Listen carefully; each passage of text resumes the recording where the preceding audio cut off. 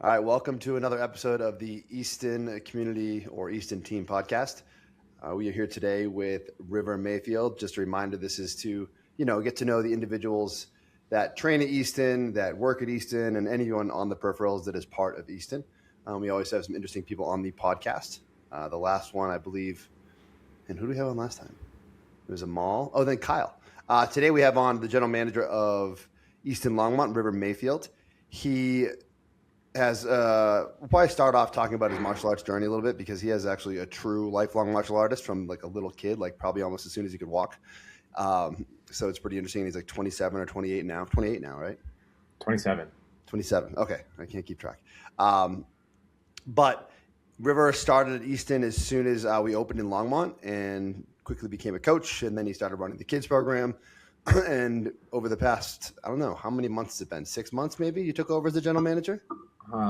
Yeah, about 6 months, 5-6 months. Maybe less. All right. So let's jump in. River, first thing I want to start off with is, well, welcome, man. How you doing today, by the way? I'm doing good. Yeah, it's stoked to be here. I'm not very good with formalities in general. I always jump right to, what's going on? Tell me this. Right into the business. Anyway, yeah, it's just how I operate. I got to get better at like that part of it. Because I don't expect people to ask me like no, hold on. We'll take a tangent real quickly. I do care how people are doing, but I never expect you to ask me how I'm doing. I just want to get into whatever we're there to meet for. So I'm like, oh yeah, I know. How are you doing? No, I care. I just forget to ask because I don't care if you ask me. I just want to chat. I mean, I guess I care somewhere, but anyway, River, I'm glad you're well. Yesterday we had our annual offsite for the general managers. River, was that your first annual offsite? That was I had a Q4 offsite, which was like a month after I first moved into the GM role. So this is my first offsite where I like had a actual like idea of what we would be doing at an offsite. Yeah. We'll get into that, I guess. I want to hear your feedback on that. But let's start with River. I want to dive right into your story a little bit about your martial arts journey. Your dad is my age, I believe, maybe a year older, around my age, and you're 27. My kids are 8 and 5, so your dad had you quite young. Yes. And he was a hardcore karate guy, right? Yeah. So tell me about like your childhood, and you told me some fun stories about like fighting in the front yard, dojo storms, dealing with bullies, performing at barbecues. Let's hear some of it. Yeah. So, gosh, I started, I started karate when I was 5. And I actually started it all because of a take home flyer, right? Like schools would send little folders with all these like different activities and stuff in it. And, I was super into like football. Like I was obsessed with football and wanted to play that. But then I saw this flyer that had, he would become my sensei. He was like doing some kick like straight up in the air. And I was like, 5-year-old me was like, that's exactly what I want to do. You can still do that. I see you do that during warm up, by the way. I can. Yeah. And so, I was like, that's it. That's what I want to do. And so I went and, my parents, they were very young when they had me. They were both 19, and they separated when they were 21. So I was 2 years old. So, it also became this kind of like split activity, right? Where like my mom would take me and my dad would pick me up, and my dad had did karate most of his childhood too. And so me doing it made him be like, well, I'm gonna get back into it as well. And so it became this thing really quickly that like we would both do together, and we would just go, to the karate school together, and I would do the kids classes, and then he would do adult classes. And then, it eventually became like this entire like family thing, right? Like my dad was like he was like one of our main senseis and instructors. And then there was me, and then I have 2 younger siblings that are half siblings on my dad's side that also would train.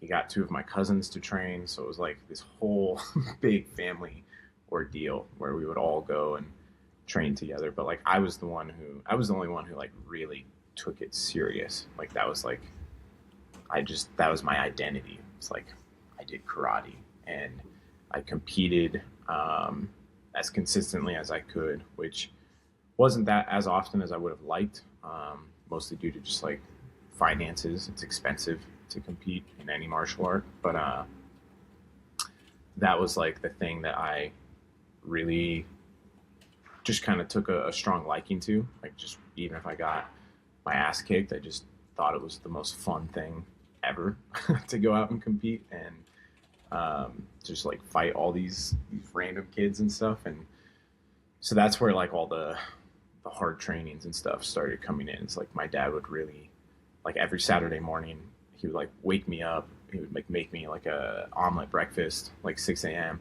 And then I'd have to do like a P90X at home workout with him. And then I have to do like 3 hours of karate training. And like, he would get, it was all like old school, but kind of ghetto at the same time, right? Like, he like the like wooden dummies and stuff, but he'd make them like out of 2x4s, and I'd have to like hit those, and like wouldn't let me wear like gloves on the bags because I needed to like condition my knuckles for like real combat, and like just crazy shit like that. You loved it though, right? You said? Oh, I did. It was, yeah, I thought, in my mind, I was like all of these badasses in the movies, right? I'm like, I'm training just like them, like, and that's exactly what I'm gonna be. And it was pretty formative, you know. And all my siblings, my younger siblings, my cousins, they were happy just watching me do it all, and just like participating for the family aspect, and not so much pushing and pursuing much more than that, you know. But yeah, like I remember, like, because I was so interested in just like the fighting, like in like second, third grade, and we lived in a trailer court in Greeley, and like second, third grade-ish, it was like in between those two, me and all these other like 8-year-olds formed our own like little fight club in the middle of the trailer park, like in the little actual park setting. There was like this ring of trees that kind of made a nice little square patch, and we were like, we have to stay in this area. We're not allowed to hit each other in the face because then our parents will know. So it's like only like hits to the bodies, and you go until a kid like gives up or whatever. And that went on for like a month, and until one of the other kids' parents found out, and like we all got in trouble for it. But I didn't. My dad was like, "Yeah, I knew." I say, I bet you didn't. It's like, I knew you were doing that, and I would actually watch every once in a while, and then he would like give me tips, like, you know, you need to do this better and do this better. Oh my God. It was great. He just always encouraged it. As long as I was doing well, he encouraged it. Oh my goodness. So you were 8 years old when you did this in this trailer park in Greeley where you lived.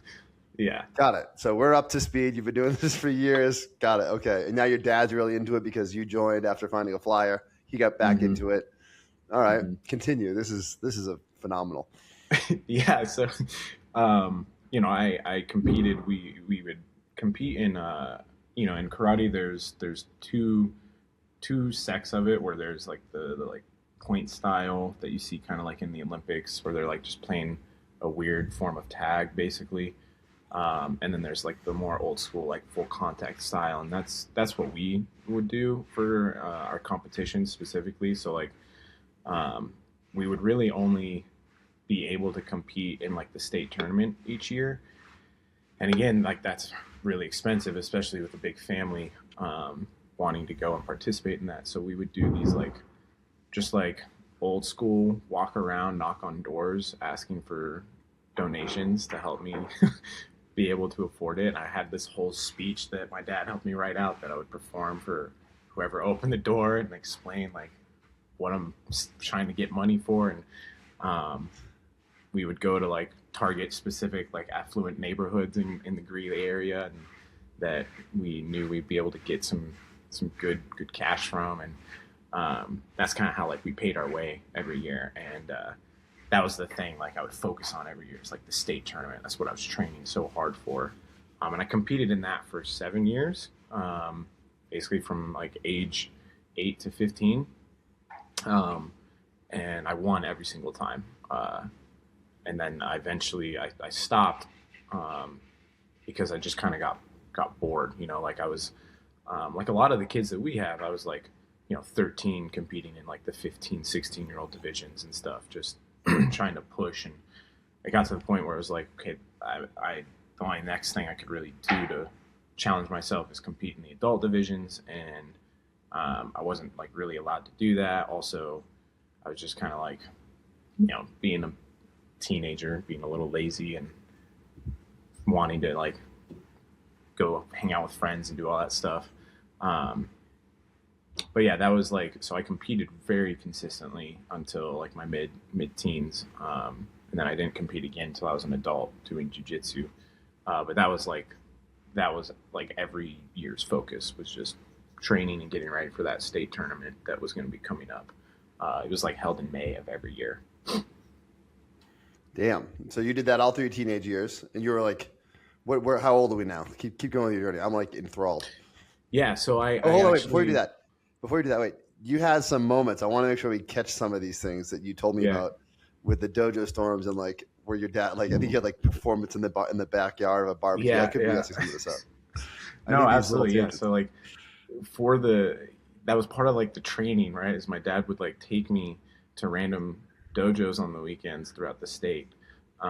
And knowing that like a lot of these dojos didn't train like the full contact like we did.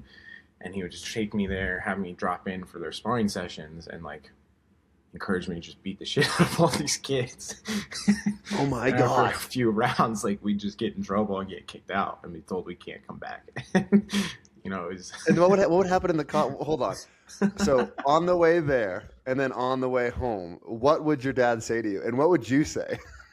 I was all for it. I was like, because I was like, yeah, these kids don't even do real karate. Like we need to go show them. Like fucking all looks like. And like, yeah, my dad would just tell me like, yeah, just so you know, like they train a little different. They do more of the sport karate, right? He would always put it in quotes like sport karate. Like that's not what we do, right? But just go do your thing and let me worry about talking to the senseis. And I was like, okay, cool. So that's what I would do, right? And on the car ride back, it would always be great. Like either give me a lot of like great, like you did really good, this was great, or like, man, you should have done this better. Like just coaching critiques, But it was never like even my other senseis who were like, my primary like instructors from when I started when I was 5, like they knew about it and they were like, they loved it too. They were like, good, showing the effectiveness of our school. Like this is necessary. Yeah, that was, so, like I said, I started when I was 5, and in karate, there is no youth ranking system. So like I got my junior black belt when I was 10, which was just a black belt, but there was nothing on it. And I just basically lined up in front of all the other kids. Like I couldn't go line up with like the adult black belts or anything like that until I was old enough. And then I was awarded an adult black belt when I was 15. So similar to Jiu Jitsu, like the year you turn 16, you can get your blue belt. It's like the year I turned 16, I can get like the adult ranking of it. But I had to like retest for it, right? That's the thing with karate is it's all like the testing in front of like a panel of senseis and stuff and all of that. So I had to like do all of that again. And then I got awarded that. And then when I was 18, I got my second degree black belt, which was a whole other testing process. And then, eventually started jiu-jitsu when I was 21. But yeah, during that whole process, like that was like my whole identity, right? Was karate and training. And so like that would bleed over into my school life as well, where kids would find out and like, certain kids, especially in middle school, would like find out and they'd like poke at me, and I would just intentionally antagonize them so they could, they would, I would do it skillfully because I was like, you knew the rules, like, right. Like I'm not starting fights or anything, but I would intentionally antagonize them a little bit so that they would try to like push me or hit me or something. And then it would be a green light to just get to fight on school property. And I knew I wouldn't get in trouble. And, administration always loved that I did karate. Like they always were like, yeah, this kid's like, they would make jokes like this is our bodyguard and stuff. So like that really just kind of like championed me to like not be scared of doing any of that. And that was pretty regular all the way elementary through middle school. And even, it would even take suit like at home. I spent weekends with my dad in Greeley, and I was like supposed to be watching like the whole neighborhood basically. Like my dad would tell me like, it's your responsibility to like watch over all the other kids here, and like if you see anything, like to act on it. So like, and there were just times where I'd get in like fights in the yard because I saw kids like stealing. Yeah. Do you hear that banging behind you? I do hear that. Yeah. Do you know what it is? I don't know what it is. It's super loud on this end. Yeah, I don't know what that is. And you're in a soundproof box, which is really funny. Could be like a pipe or something. Yeah, it looks like it stopped. It sounds like a kid banging a truck on the ground. That's what I imagine. It did. Yeah, sorry, go ahead. Yeah. I was just saying, like, it was really like a very different, just, I don't know, not like necessarily a different life when I was at my dad's house, but like there were very different rules than when I was at my mom's during the week going to school and stuff. And so, that kind of craziness was just encouraged a lot more. And my dad would have me like you mentioned, like at barbecues and stuff with the neighbors or whatever, he'd like make me do like kata demonstrations for everyone, or like splits demonstrations. Like, just, were you ever embarrassed during this stuff, or were you just like, when I was young, I was not. Like when I was like 10, I was like, this is awesome. Yeah. Like, yeah. But then like when I was like 12 and he was trying to make me do it, I'd be like so embarrassed. Like, no, I don't. Stop. Like, he'd be like, come on, just show them. Like, it's like they've seen it before. Like, it's not. They know I can do this. It's not that exciting. They're all rolling their eyes, Dad. Come on. Yeah. Please. Oh my goodness. That is such a wild ride. Yeah, it was a very unique childhood experience for sure. My dad trained, and so like he would, to his credit, he would do all of the like crazy trainings that he was making me do as well. Yeah. So I think, now as an adult, I think part of it was just he didn't want to do that stuff by himself. And he wasn't going to be motivated to train like that unless I was in there with him. But it was a very like, yeah, just very bonding, like he showed in crazy ways, instilled a lot of that just martial arts discipline and grit and toughness in me from a young age, despite it being very, creative. Okay, real quick. So you found Jiu Jitsu, and I want to hear about that. But like when you moved from karate to Jiu Jitsu, what did your dad think about that? Yeah, so this is really interesting. I actually was first interested in Jiu Jitsu when I was like 16, right? So it was around when I had stopped competing in the contact karate, and I started watching UFC a lot more, and like just being like really enamored with MMA. And so that was actually the first time I ever heard about Easton, was 2015. I was 16 years old, and I was like looking up, living in Longmont, I was just looking up jiu-jitsu near me, and all that came up was Dark Horse and Easton and Boulder. And like to be honest, the ad for Boulder was like, I was like, that looks sick. Like, that's where I want to go. What, so you were 16 at the time? Yeah. So that was what, 10, 11 years ago? What year was that? Fucking 2015? Yeah, 11 years ago. Okay. And I really wanted to go train, but and my mom and my dad were both like, yeah, do it, but you're gonna have to pay for it yourself. So that's the reason I didn't, because I didn't have a job yet. Just had teenage money from chores and stuff. Like I was like, there's no way I can afford that, and so I just never even. Little did you know we would have hooked you up. I know. I had no idea. Had I known, I would have for sure gone and been there. But um, that was the first time I was like interested in it, and wanting to do it. And then um, and I saw in like 2019, I was living in she's my current girlfriend. I was living in her family's basement. Her parents were kind enough to let me move in for quite some time, and I saw a Facebook ad that Easton Longmont was opening up, like literally a 5-minute walk from where they lived, and I was like, oh my god, this is perfect. And I had also just gotten hired on as a trainer at the new F45 that opened, so I was like, I'm making good money. It's opening right here. This is my time finally. So I, sent Jordan a completely ridiculous email. I don't know if he's ever shown it to you, but I think I've seen it. yeah, I bet I could find it if I looked really hard. it was completely absurd, and I'm pretty sure he plans to like read it to everyone whenever I get my black belt. I'm sure he will. I won't read it today. Show how far I've come. I can find it.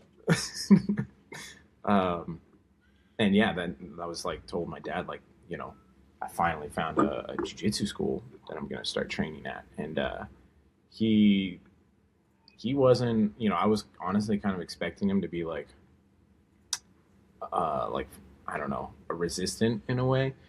But he was like super supportive, especially because I was still like training karate. And like at that time, him and I actually, we had, in like 2019, I think it was, we had bought our sensei's school from them. So like we were running the school ourselves. It was mostly, he was running it and I was just teaching classes and running the kids program there. And so I was still actively training, participating. So he was just like, yeah, like go learn more martial arts. That's good for you. Like he was super supportive of it. Which I got to say, yeah, I was surprised of. Well, your dad cared about the fighting aspect of it, right? It wasn't like he was in the TMA style karate. Yes. He wanted like, hey, he watched a lot of blood sport and was like, this is what I'm into. Like we're the same age. I'm sure we grew up on the same shit, Like, oh yeah. I think about those movies where Van Damme getting wasted and having to fight all those people at the bar. Like that was part of his training. I mean. Yeah, I just watched those nonstop, and I'd be in the punching and kicking. I never joined any freaking martial arts because I didn't know how to like do it, and my family I don't think could afford it. Mm-hmm. Mm-hmm. Anyway, continue. Sorry. No, yeah, that's exactly it. Right? It's the fighting aspect was huge, and we would watch UFC together and stuff, and so like he knew that jiu-jitsu was very effective when it came to actual fighting and applications. And so, yeah, he was like, do it. But again, I was also doing it and wanting to train it for MMA. Like that was the only reason that I was interested in jiu-jitsu. And like, I say this, I say it a lot to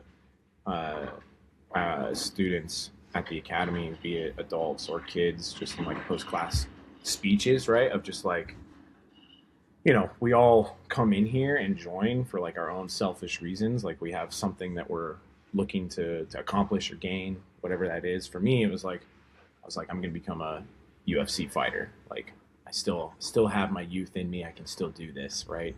But it very quickly became like just a totally different thing. Like I very quickly found just the community at peace and like made all these really deep connections and bonds and just became really obsessed with like jiu-jitsu itself. It was so new and so different from anything I'd ever done that it was so exciting. It felt like this like never-ending pool of possibilities of things that I can do. And it was also perfect timing where like the competition scene was really exploding in jiu-jitsu, especially like with the no-gi takeover kind of, and seemed like there were just endless opportunities. And I was like, man, I just want to do that. Like, I don't want to get punched and kicked anymore. Like I can compete in this and train in this full speed and be mostly physically okay. And felt like I'd just, yeah, it was just so exciting, you know. I mean, But your yeah, back and your knees and all that stuff and your shoulders go. But mentally, you can stay very sharp and stay train hard. Exactly. Like my knee might get torn, but my brain is still functioning somewhat okay. You know, I'm pretty sure I have some sort of CTE from all the head trauma as a kid, but you know, stopping that now was definitely appealing to me. Yeah. That being said, though, I did do like a Muay Thai smoker in like 2021, I think it was. Did a whole fight camp with Phipps and everything, and we were in like some gymnasium of some high school in like Englewood or something. Yeah. And I loved it. It was fun. It was awesome. But then I got my blue belt right after that, and I was like, all right, now chains are off. I can go compete and do all this stuff in the blue belts and just kind of stop the striking in any real sense like that. Yeah. Your lead came in October 15th, 2019. I don't have your email. 15th. I think I do, but I have to search. I'm not going to search for it right now. But you sent the lead in for Jiu Jitsu. It came in October 15th, 2019. Pretty funny. It's crazy. I just found it. And you were what? You said, yeah, you were 21. I was 20 when I sent that lead in. Okay. 20. Yeah, I was 21 right when Longmont opened up. I went, Jordan had me go take a fundies class in Boulder so that I could meet him before the Longmont Academy opened up. That's right. I remember we put this whole strategy together. I remember that. That's what we yeah.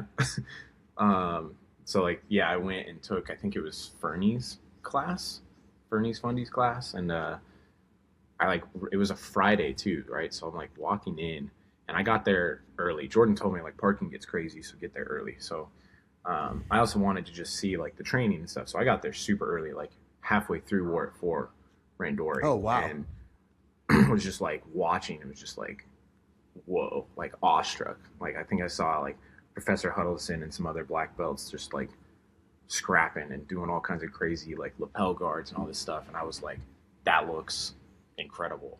Like, yeah, Alex was very into worm guard back then. Yeah. And that's exactly what he was doing. And I was like, this is awesome. Like, yeah, it was really like getting to see that was really, really just like nail in the coffin for me. I was like, yeah, this is exactly what I want to do. Yeah. The Ward 4 was definitely a fun thing to like, I think that's a really good thing about new members. If they come in and can see, for the most part, like, this is where I could get. It can also be intimidating, like, I have to do that. Like, you got to recognize there's checks and balances before you get there. But absolutely. Yeah, as a 21-year-old, a 20-year-old kid, I'd be like, oh my goodness, I cannot wait to do this. Yeah. Yeah. That's amazing. So you join Easton, you become the kids department head. You work with Jordan for a long time as a general manager, who just got his black belt, by the way. And let's fast forward a little bit. I have more questions to litter in throughout that, but I guess before we fast forward to the GM stuff and like your more leadership time, how do you? I don't know how to phrase this. Like my kid does jiu-jitsu, right? They do it. They're very hobbyists. That's pretty intentional. I don't want to be forcing them, but I do make them go. Try to get them twice a week, sometimes less. But they have friends that do karate, and it's crazy. The hard thing for me, and then is like their friends like invite them to karate class, or the same thing we do. We invite people to jiu-jitsu class. And I have the hardest time, and I don't do a very good job. I'm saying, because it depends on the karate, right? But like I know the schools they're looking at. I'm like, what they're doing is stupid. And I know as a dad, that's the last thing I should say. I'm like, because usually I'm like, oh man, that's his thing. We do this. You can always invite him over there. If you want to do a ninja night there or something, I'm fine. You can go hang out. That's, and then I intentionally forget about it. So they don't do the ninja nights there or whatever they're called. How do you view it now? Like, I know you were in a bit of a different world of the karate you were into. Like it was the combat sports karate, which I have a lot of friends that did jiu-jitsu, that did sabaki challenges back in the day. And they were like the hardcore karate, knockout karate guys. Like, let's try to knock this person out. And they're the ones that end up moving into Muay Thai and loving Muay Thai. But there's a few, and then some of them are higher level jiu-jitsu guys or ladies. What, I guess if we remove like the combat style, which is probably a rarer form that you see around here, right? Because it's like you got to lose students quickly that way. You can't really run a business that way. Mm-hmm. How do you view that? How do you look upon that? How do you have the conversation with people like, okay, that's cool what you're doing, but why are you doing it? You know, like what is that's what I try to get to. What's the reason you're doing this? Just for an activity or blah, blah, blah. Anyway, I'm kind of curious I'm not really posing the question well, but I'm just, how do you view all that? How do you deal with it? Yeah, I get what you're saying. Yeah, no, honestly, it's very similar to what you just said. Like, asking like just why are they doing it? Like, what is their purpose? And, you know, for most people, like, even with their kids, you know, I'm like, why do you have your kid doing karate? You know, especially nowadays, like, you know, jiu-jitsu's all over the place and Muay Thai is growing in popularity and all that. And I'll just ask them like what that reason is. And, you know, for a lot of people, it's like, well, I want them to be able to like defend themselves. I want to know how to fight. I want to this, that, and the other. And I'll tell them like, well, you know, like I grew up doing karate. You know, I started when I was 5 and I did that until I was like 21, 22. And I've been doing jiu-jitsu since then. And, you know, I got to say jiu-jitsu has proven to be a lot more effective in that, you know, and like, if that's what you're trying to focus on, like just explain it to them that like, you know, in a realistic situation, like someone who's going to be attacking you is probably going to be most likely going to be like bigger and more physically imposing than you are. And more than likely it's going to end up on the ground in some way, shape, or form. And, you know, if you're not comfortable in those positions, if you don't know what to do, like it doesn't matter how much training you have over here. It's not going to be effective. You know, nothing's going to work.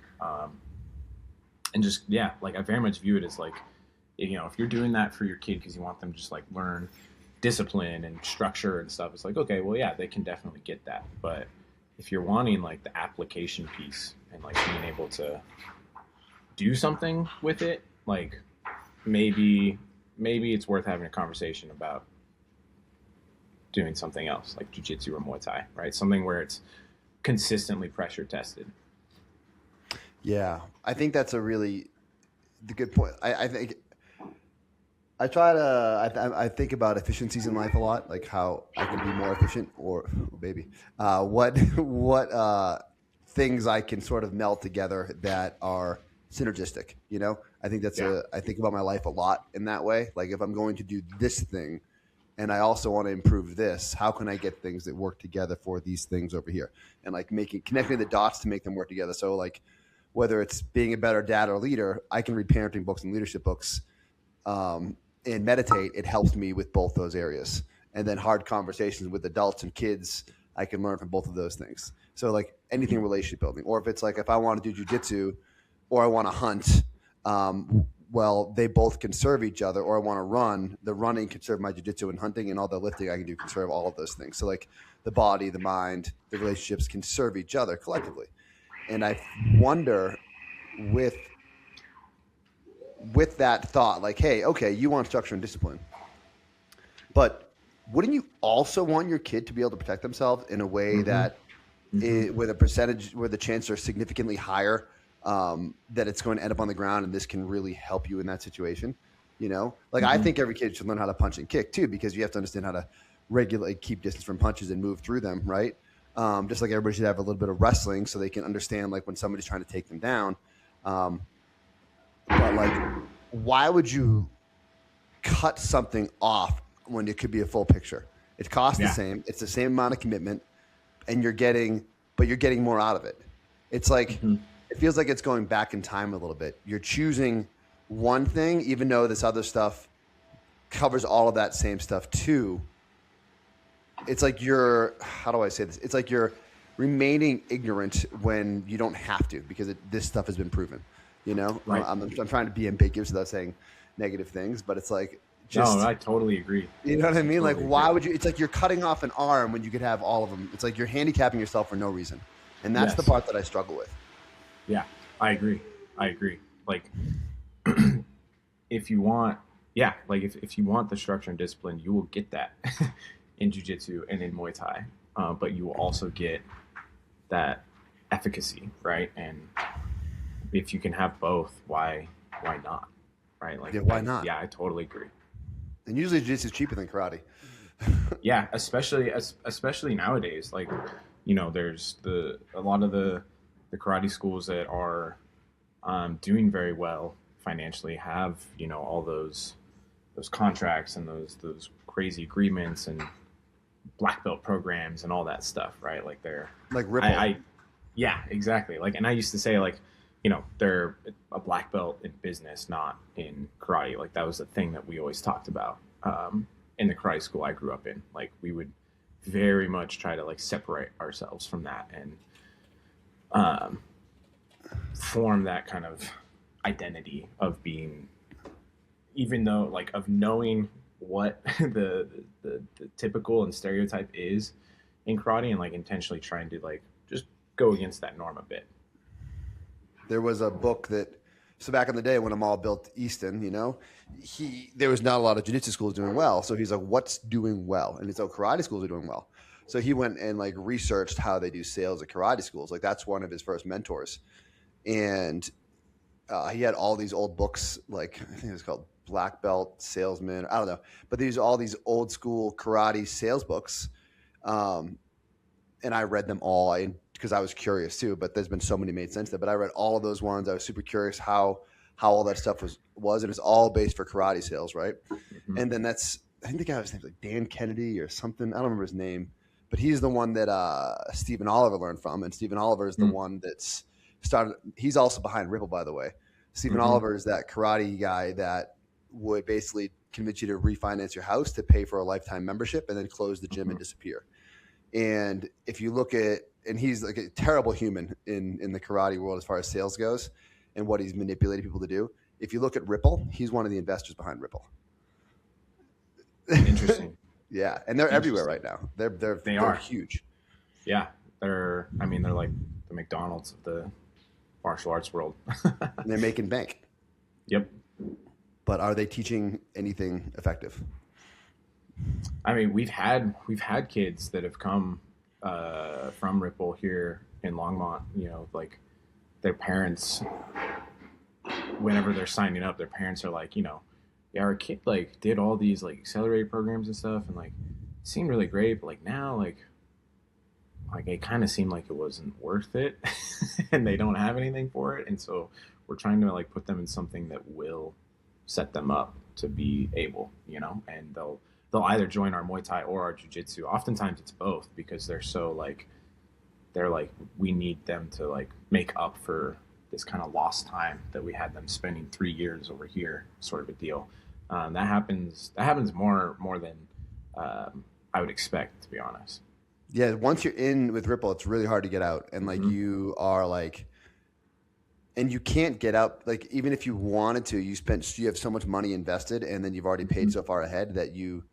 From my understanding, I could be wrong, but like getting out would be like, man, we can't really quit right now. We're so indebted into this place. And I heard, anyway, we'll move off of that. I was just curious because somebody that came up in jiu-jitsu, which is very pure as far as like we came in, we beat each other up. The pricing was fixed. We don't advertise our pricing online. And the only reason we don't do that is because sticker shock. Like we've never done it because, man, we don't want people to see the pricing and then feel like, hey, and then not to get to try the class. It's like, it's like, oh, they think we're out of the price range, so we don't put it online. And then we want them to come in and try it, hear the price. And if they can't afford it, we find a way for them to contribute or something, But like the reason we don't put it online is because they'll send people away. Like if I knew what the price of Easton was when I was a kid, when I joined, I wouldn't have come. I was like, I can't do this, And then they told me the price. I'm like, I'm going to figure it out. I'll be back. And I made like major changes in my life. I quit drinking. I stopped buying coffee, and I stopped eating out. I was only making like $8 an hour, so I didn't have a whole bunch of money. But like, then I called back and joined. I was like, I'm in. Let's do this. But if I saw that price, I would have think this is unsustainable. Because I was that person, like, I'd be at Mountain Sun. I don't know if you know this, Mountain Sun, Southern Sun, that you can only pay cash. And they always had these ATM machines where you'd have to go in the back to put your card in. And I'd be like, do I have enough money? And I'd put in, I'm like, I need $10. I get $10 out, and it's like $1.50 left in your bank account.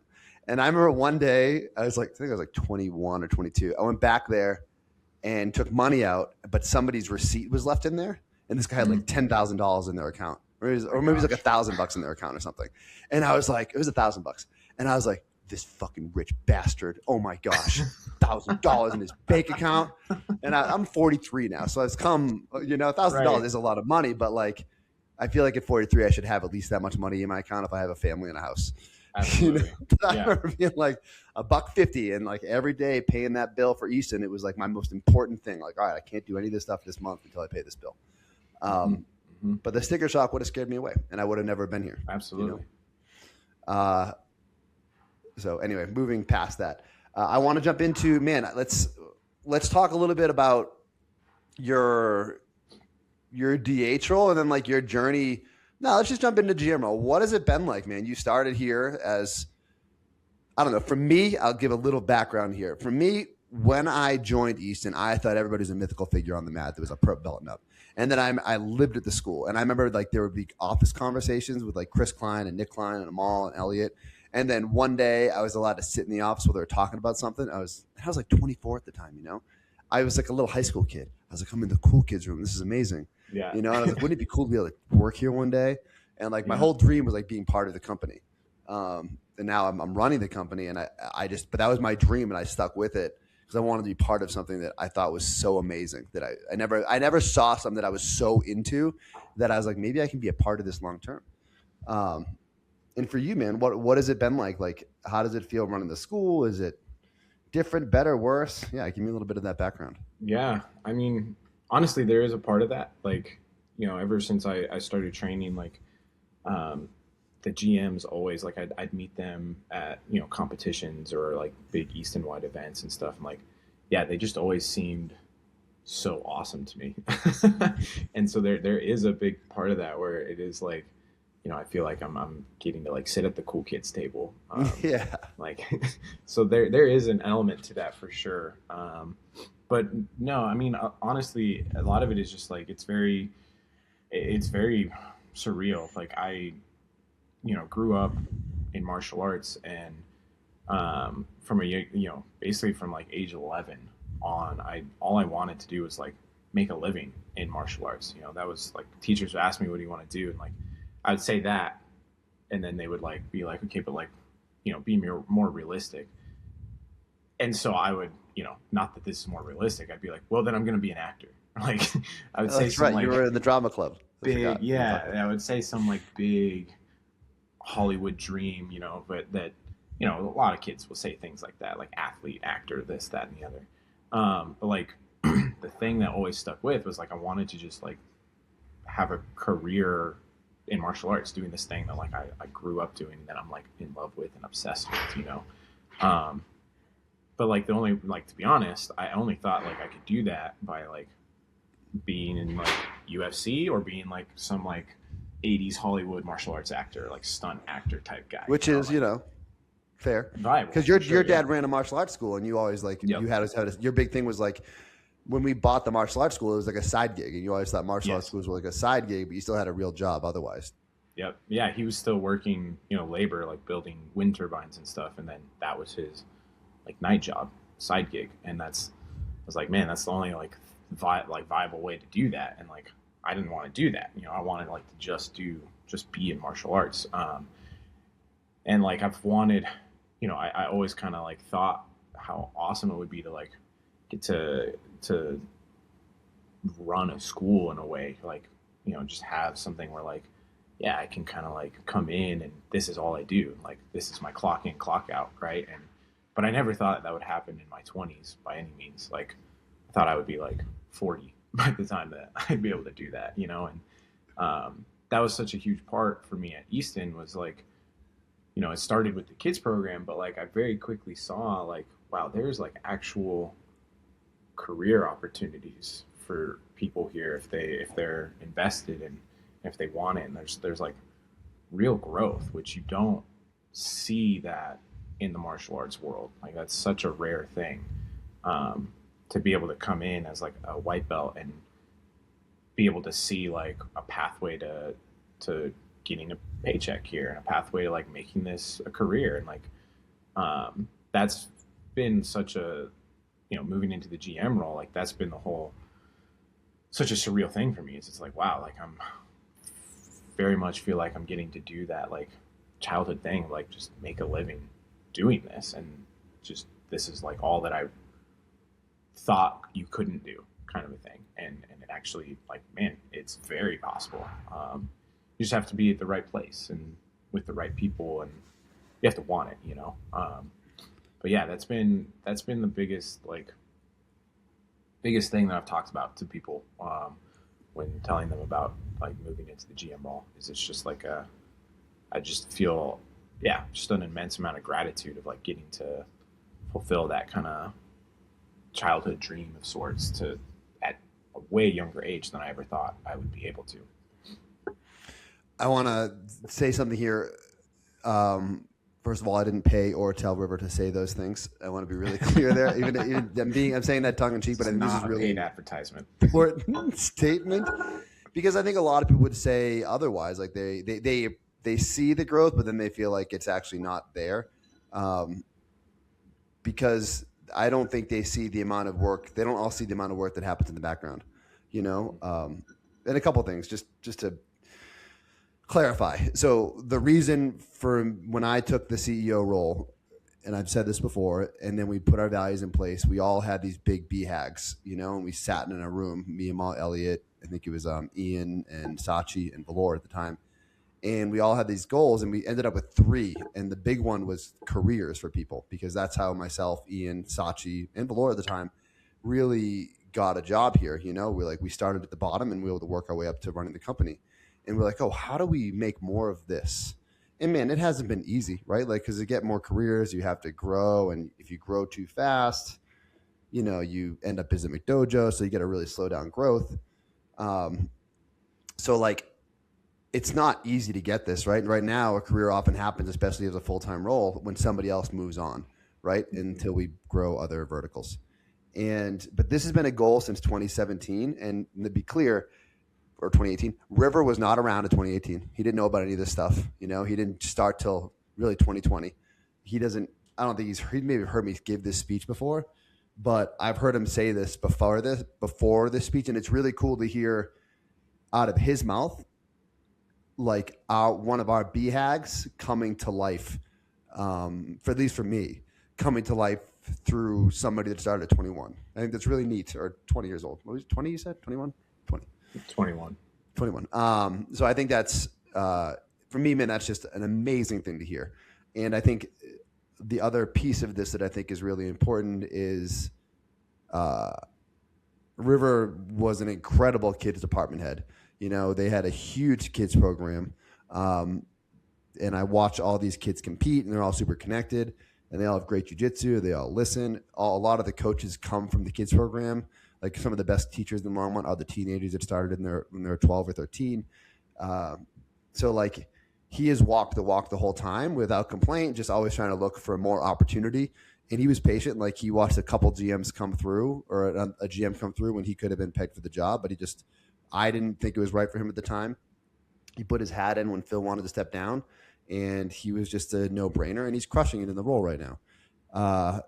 And what's really cool is, like, obviously I have a lot of gratitude for River and the team, but I think it's cool that he has gratitude in the other direction too. There's no entitlement around how he's speaking or how he sees the world, because entitlement ends up making you a victim, and then you end up being upset when you don't get something. And I think the River's approach to this and how he's explaining it, with like, keep your head down, keep working hard, be patient. You're going to get lucky when the opportunity arises, but you have to keep working hard. And I just think River's really epitomized that, and is like the exact example of like what we're trying to do at Easton for the career side of it. So I just wanted to point that out and give a little bit of color to it. So how's it been? Oh, one more thing. And then being the GM, how glorious is that job now that you're in it? It's very different than what I think most people imagine it to be. And I wouldn't say it's like glorious by any means, but I would say it's very fulfilling. Like there's a lot of it it's people, right? Like it's the martial arts business, but it's really the people business, and especially in the GM role, it's just being there for everyone, the staff, the members, and just being able to kind of, yeah, just being someone that is available to help wherever you can, however you can. And it is very, it should be very thankless. That's something like I've been really trying to, because I've been in Longmont a long time, so there's a lot of people that I've had a lot of people at the academy that have said like, man, like I always knew you were going to become a GM here. And I'm like, I don't know that that's true, but thank you for saying that. Yeah. And it can be very easy, right, to like, I don't know, be that like Superman. And I think that's what a lot of people kind of think that's what it is, right? And when they think of like someone who runs their own school, like, they think of like these big schools, right? Like AOJ or Atos, where they have these like huge names and figureheads that are like well known, and like that's the kind of like status that you get. And it's like, no, that's not what's happening here. This is very different. I'm only a purple belt. I haven't won anything like of real note, just some IBJJFs and stuff.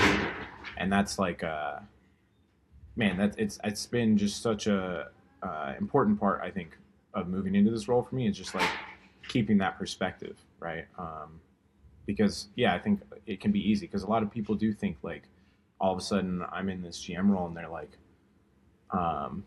looking up to me in ways that like they didn't before, and like nothing changed. I'm the same person I was before, but I have a different title, and like all of a sudden that is viewed very differently. It's the same thing that happens on the mats too, right? Like the day after a belt promotion, you're no different, you're no better than you were, but that belt changes people's perspectives of you. And man, I've honestly really enjoyed it. Really enjoyed moving into the GM role. I've really enjoyed just the extra responsibility.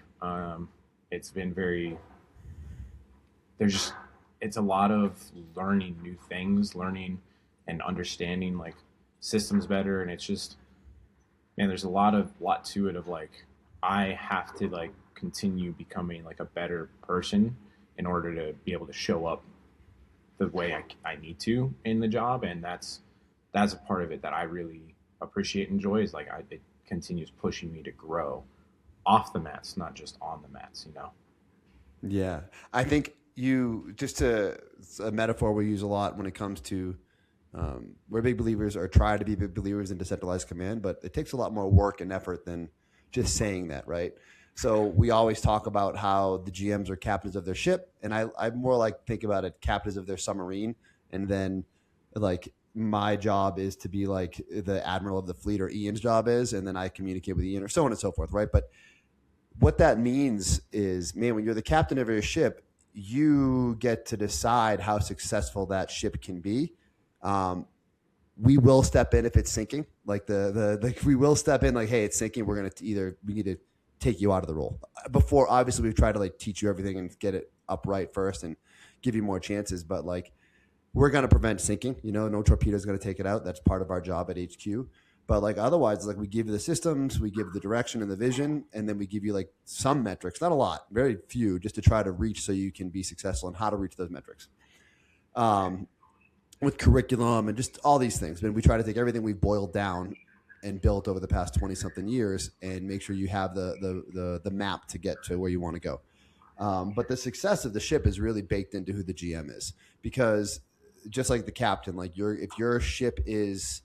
if you have a really good captain of a ship, the crew will follow suit and be really good. And then the ship will be in the performing the best. So I think it's really important to like recognize when you're running a ship or the crew, like when you're running the ship, it is not going to be glorious. And like, if it does really well, you're going to see some upside. If it does really bad, you're also going to feel the downside. You're going to feel the ebbs and flows of a success just as much as like anybody in the company does on the leadership level. But the better job a GM does, like keeping their ship like towards the North Star, even navigating around their own obstacles, and keeping their crew happy and also accountable. Obviously making sure the profits are within range of sustainable, and then making smart decisions. And then first and foremost, like making sure the martial arts are staying really high level, tough bastards and high levels of skill. Like the better job you do at that, the more freedom you have. You know, when things are falling, we jump in like, hey, like Ian will jump in like, oh, we need to work on this thing. And then you work on that thing. But being a GM is like, it's so much about humility and patience and a high EQ. You got hundreds of members and staff members that have all their personal problems. And then you got, when things are falling apart in certain areas, you got HQ trying to, hey, we got to work on this thing. What can we do to get better at it? But it's a lot of work, you know, and it's not just spending time on the mats being this amazing person. It's no, you're in the back end in the office working a lot to make sure the ship runs well, and then training people to, you know, be out there and be the best martial artists and coaches they can be. So it's a lot, obviously. There's from maintenance to freaking shoveling to finding the snow people for the year to like, it's nonstop. Yeah, it's very much a revolving door. Yeah. General manager. That's why it's called general manager, not IT manager or martial arts manager. It's, you have to be a master of all trades, or at least close to it. Right. Okay, man, I really appreciate your time. I guess my last question to you is, I guess a couple questions. Are there any like books you've been reading or that you have read that have really helped you in your job as a martial artist or as, you know, becoming a leader in the GM program, in the GM role? Yeah. Nothing currently. I'm actually like getting back into reading fiction right now, which I haven't done in like, since high school. So that's kind of exciting. Take the breaks. Yeah. But you know, historically, like, you know, I grew up in martial arts and specifically in karate. And so there's a ton of like karate books and stuff that I read. But I remember, you know, one that I've like always gone back to was it's actually twofold, like the Art of War and the Art of Peace. Reading both of those, I read those a ton growing up, and that really helped, like, just help me understand like the martial artist perspective and way, you know, and how that can attach to leadership. And they're both very, if you've never read the Art of Peace, I highly recommend it. It's a very interesting take on the Art of War.